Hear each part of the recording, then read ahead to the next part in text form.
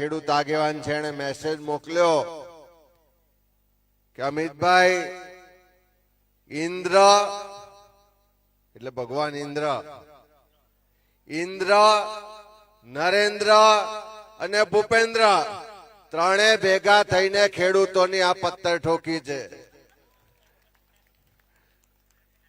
હવે મારે એમને શું જવાબ આપવો?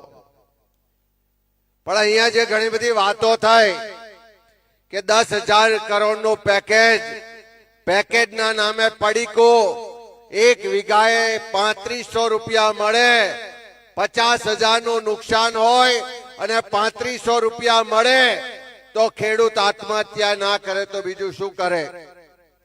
હમણાં દેશની પાર્લામેન્ટમાં જે પૂજાભાઈ ઓડિયો સંભળાઈએ વડાપ્રધાન નરેન્દ્ર મોદીની હાજરીમાં જે જવાબ અપાયા કે ગુજરાતના ખેડૂતો એ કેટલી લોન લીધી છે તો 50 લાખ કરતા વધારે ખેડૂતોએ 1.5 લાખ કરોડ રૂપિયાની લોન આજે ગુજરાતના ખેડૂતોએ લીધી છે.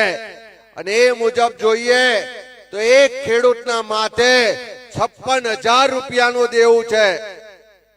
આ 56,000 ના દેવા વાળો ગુજરાતનો ખેડૂત જ્યારે મગફળી વાવે છે, કપાસ વાવે છે, ક્યાંક ડાંગર વાવે છે, તમાકુ વાવે છે, સોયાબીન વાવે છે અને કુદરત રૂઠે અને સંપૂર્ણ પાક બરબાદ થઈ જાય ત્યારે એની સામે એને 3500 રૂપિયા વીઘે સરકાર આપે છે.